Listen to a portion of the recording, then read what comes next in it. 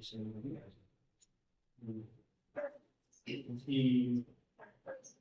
కూడిక మనం పెట్టుకోవడానికి ఉద్దేశం తెలుసు.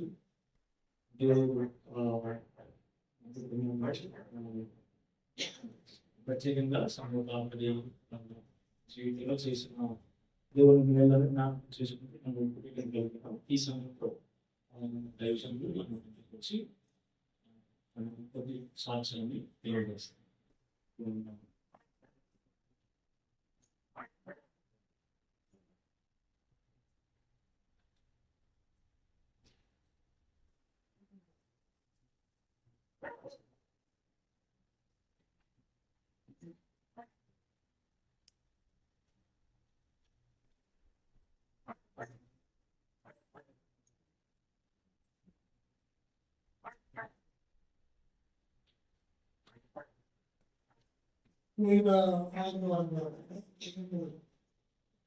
ఆదివారం చెప్పిన దాంట్లో కంటిన్యూషన్ కొనసాగింపుగా కొన్ని మాటలు ఈ రోజు కూడా చెప్పాలని ఆశపడుతుంది.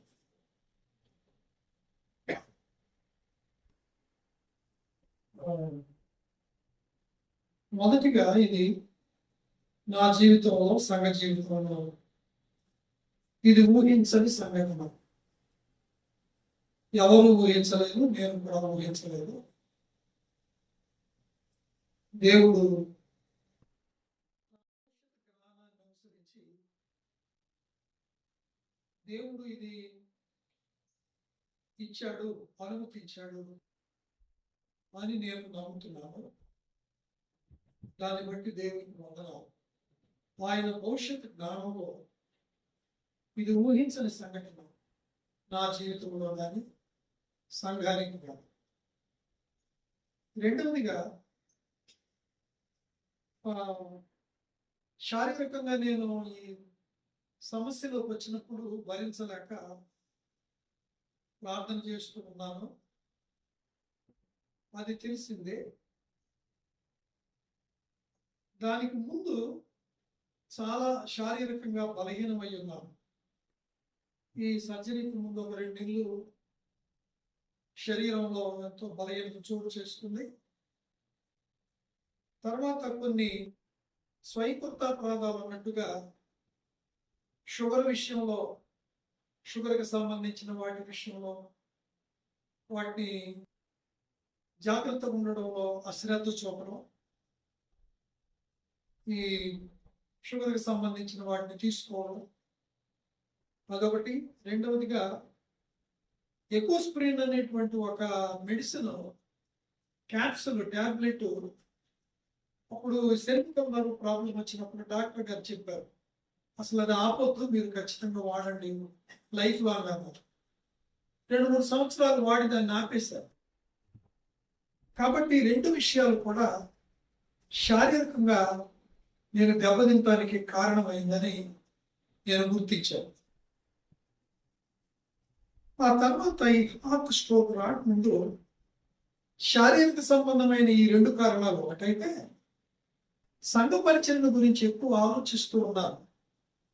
ఈ స్ట్రోక్ రాకముందు 5-6 నెలలుగా సంఘం యొక్క భవిష్యత్తును గురించి ఆలోచిస్తూ 30 సంవత్సరాలైన 3 వ్యక్తులను కూడా నేను తయారు చేయలేకపోయానే అనే బాధ, నిరాశ నా హృదయంలో ఎక్కువగా ఉంది.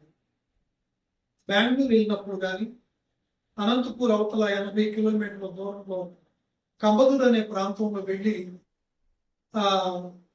ఒక పెద్ద మిషన్ చర్చిలో వాక్యం చెప్పాను. రాత్రులు వచ్చేటప్పటికి మన సంఘాన్ని గురించి చెప్తే ఎక్కువగా నన్ను బాధ కలుగుతుంది. నిద్ర పట్టేది కాదు. అలాగే సఫర్ అవుతూ ఉండేవాడు. అంటే ఫ్రమ్ మై సైడ్, నా వైపు నుండి నేను లీడర్స్గా, డిసైపుల్స్గా నేను ఎవరిని తయారు చేయలేకపోయానో, మరి నేను ఎందుకు, నా ప్రయాస ఇక్కడ అర్థమైపోయిందేమో అని బాధపడుతూ అప్పటికే 5-6 నెలలుగా సంఘాన్ని గురించి చింత బహుగా నన్ను వేధిస్తుంది. బాగా బాధ కలుగజేసి నిద్ర పట్టేది కాదు.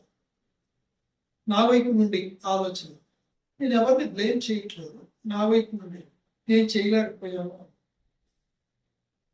కొన్నిసార్లు అయితే ఇక్కడ ఒక్కడనే డ్రమ్ము కొట్టుకొని పాటలు పాడుకుంటారు. వారు కూడికలకి ఎవరు వచ్చేవాళ్ళు కాదు, ఒక్కడనే పాటలు పాడటం, ఎవరు రాక ముగించుకొని అలాగే వెళ్ళిపోయామని మాస్టర్ గారు బయట లోపల నుండి ఏంటిది ఎంతకాలం ఒక్కడే పాటలు పాడుకోవడం అని ఫీల్ అయింది కూడా. మేము మాట్లాడుతున్నాం, ఇదంతా మరలా చెప్తున్నాను, నా వైపు నుండి ఆలోచన. ఇదంతా నేను చేయలేకపోయాను, నేను ఫీల్ అయ్యాను అని బాధపడుతున్నాను. తర్వాత పర్టికులర్గా 1 or 2 persons ఇంకా కొంతమంది విషయంలో కారణం ఏదైనా కొంత బాధ, బాగా బాధ కలిగింది. నేను దూరం అయ్యాను, నేను వాళ్ళు దూరం అయ్యాను, మానసికమైనటువంటి వేదనకు బాగా గురైపోయాను. తర్వాత ఇలాంటి బాధ కూడా ఈ ఈ స్ట్రోక్కి కారణమేమో అని అనిపించింది అన్ని ఆలోచిస్తున్నప్పుడు. అయితే ఈ మధ్య శామ్యులు వాక్యం చెప్తూ ఉన్నప్పుడు ఒక 2 రియలైజేషన్స్ లాగా అనిపించింది నాకు. అదేంటంటే, మనుషులను సంతోషపెట్టగోరే ఆ ప్రయత్నంలో కూడా సంఘాన్ని నేను దిద్దలేకపోయానేమో అనిపించింది. అంటే దేవుడు నన్ను బ్రేక్ చేసి కూర్చోబెట్టాడు కదా, ఎక్కువ ప్రార్థన చేసుకోవడానికి ఈ బ్రేకింగ్ నాకు మంచి బ్లెస్సింగ్ అయింది. వాక్యం చదువుకోవడానికి నాకు బాగా బ్లెస్సింగ్ అయింది. ఆ విషయంలో తిరుగులేదు. అయితే ఈ వాక్యాలు వింటున్నప్పుడు మరొకసారి మనుషులను సంతోషపెట్టుకొని గద్దించవలసినప్పుడు గద్దించకుండా, చెప్పవలసినప్పుడు చెప్పకుండా, నేనే క్రమశిక్షణలో పెట్టడంలో ఓడిపోయానేమోనని ఫీల్ అవ్వడానికి, రియలైజ్ అవ్వడానికి దేవుడు సహాయం చేశానేమో అని అనిపించింది. మట్టలాదివారం రోజు గాడిద మీద యేసును ఊరేగించారు. 4వ రోజు 2వ రోజు సిలువేశారు.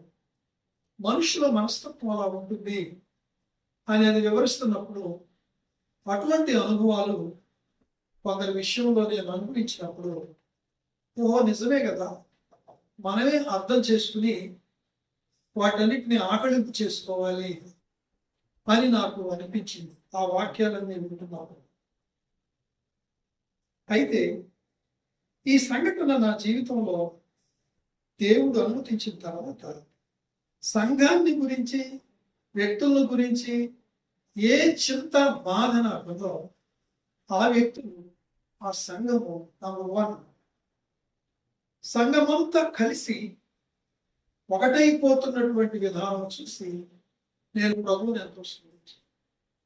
సంఘమంతా కలిసి నా వలన ఏమైనా ఇది జరిగిందా, నా వలన ఏమైనా అన్నకి ఈ ప్రాబ్లం వచ్చిందని మీరందరూ ఒక చోట చేరి ప్రార్థన చేస్తున్నారని నేను విన్నాను. అలాగా విన్నాను. ఆ గ్రహింపులోనికి దేవుడు ఈ సంఘటన ద్వారా సంఘాన్ని తీసుకొచ్చాడు అనేది అర్థమవుతున్నప్పుడు ప్రభువుని నేను ఎంతో స్తుతించాను. ఐక్యపరచబడడానికి నా వలన ఏమైనా అన్నకి లేకపోతే సేవకునికి ఇలా జరిగిందా, నేను మాట వినకపోవడం వల్ల తొక్క పెట్టుకున్న జరిగిందని మీరు ప్రార్థనలో వ్యక్తం చేశారని ఒక సాక్ష్యం నేను విన్నాను. అది ఎంతో సంతోషాన్ని ఇచ్చింది. చాలు ప్రభు, ఆ గ్రహింపు అది ఆత్మీయమైనటువంటి స్వస్థతకు దారితీసింది. రానున్న కాలంలో సంఘం తప్పక క్షేమాభివృద్ధి పొందిందన్న ఒక కాన్ఫిడెన్స్. ఆపరేషన్ జరుగుతుందనగా మీరు చేసిన ప్రార్థనలు విని నేను ప్రభువుని ఎంతో స్తుతించాను. ఆ తర్వాత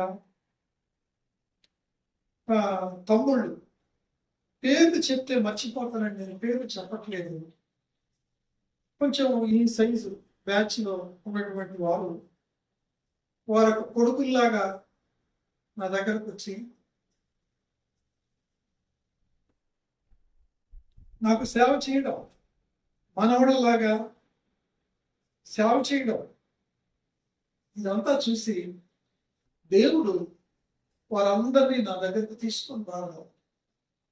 వాళ్ళు తండ్రికి కుమారుడు ఎలాగో సేవ చేస్తారు, అలాంటి సేవలు ఆ పిల్లలు అందించడం చూసి ప్రభువుని ఎంతో స్తుతించారు. ఇవన్నీ తర్వాత చాలా మంది అంటే పేర్లు చెప్తే మర్చిపోతాయని చెప్పట్లేదు కాదు, పేదవారుగా ఉన్నవారు ఆర్థికంగా కూడా, అంటే మిగిలిన వాళ్ళు సహకరించలేదని కాదు, పేదవాళ్ళుగా ఉన్నవారు శక్తికి మించి వారు సహకరించడం చూసి ప్రభువుని ఎంతో స్తుతించారు. సంఘం యొక్క ప్రేమని తిరిగి మరలా నేను అనుభవించడానికి ప్రభు సహాయం చేశాడు. అయితే కీర్తనలు 30 ప్రకారంగా 8-9 వచనాల ప్రకారంగా మన్ను నిన్ను స్తుతించిన అది నీ సత్యమును గురించి వివరించిన అన్నట్లుగా అక్కడ ఒక మాట రాయలేదు. తర్వాత చివరి ఉంటుంది, నా అంగలార్పును నాట్యముగా మార్చి ఉన్నాను, గోనెపట్ట తొలగించి నాకు సంతోష వస్త్రం ధరింప చేసి ఉన్నావు అన్న మాటలు విన్నప్పుడు చూస్తున్నాను ప్రభు నేను ఎంతో స్తుతించాను. నిజమే, నన్ను ఊరకనే బ్రతికించలేదు, ఒక పర్పస్తో బ్రతికించాడు.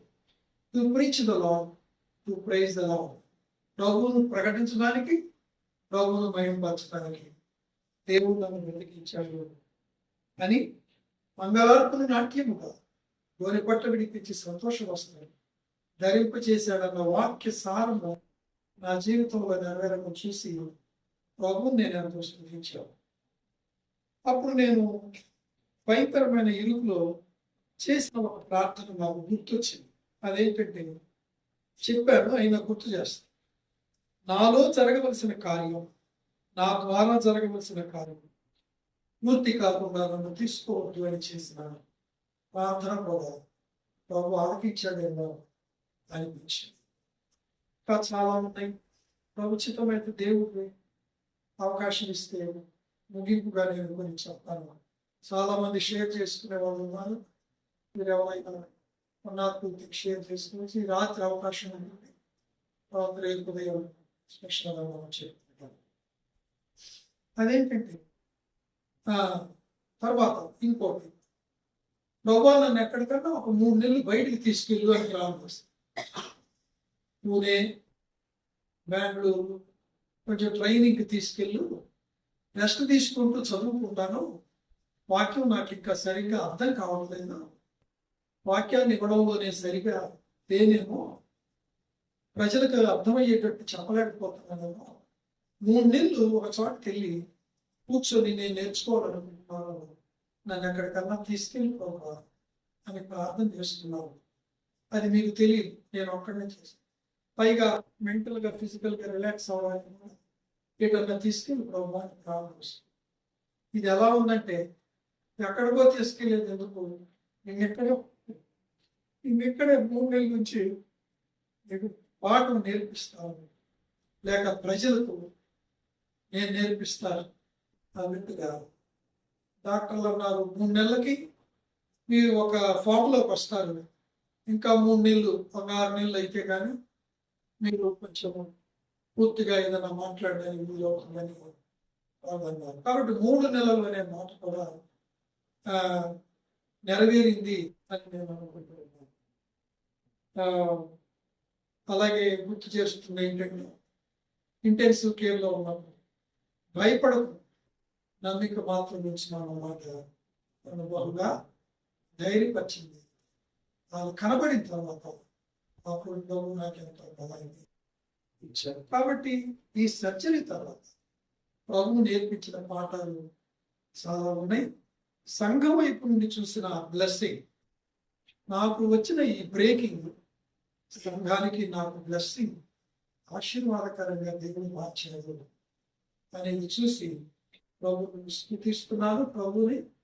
కాబట్టి చిన్న సాక్ష్యం బట్టి దేవునికి వందనాలు. దైవజనుడు పెద్ద ఆయా విషయాల్లో సలహాలు ఇచ్చి చక్కగా ఇలా ఉంటే బాగుంటుందని సలహాలు ఇచ్చేది. దైవజనుడు పెద్దలైన బీవీ కన్నా మన దగ్గర మేము సంతోషం. యాక్చువల్గా ఈరోజు స్తుతిపూడికి పూజ చేద్దాం అనుకుంటున్నాం, కానీ తర్వాత బ్రదర్స్ శ్యామ్ అందరం కలిసి ఆలోచించారు. సెకండ్ సాటర్డే అందరికి అనుకూలంగా ఉంటుంది. ఆ పరిస్థితి కూడిక లేకపోతే ఈరోజు చిన్న కూడికైనా నేను అడిగిన తమ్ముడు నేను చూడడం ముఖ్యం, గుడికి కాదు ఇంపార్టెంట్. వస్తే ఏదైనా చెప్పమంటే మాటలు చెప్తాను. అన్న రావడం చాలా సంతోషంగా ఉంది.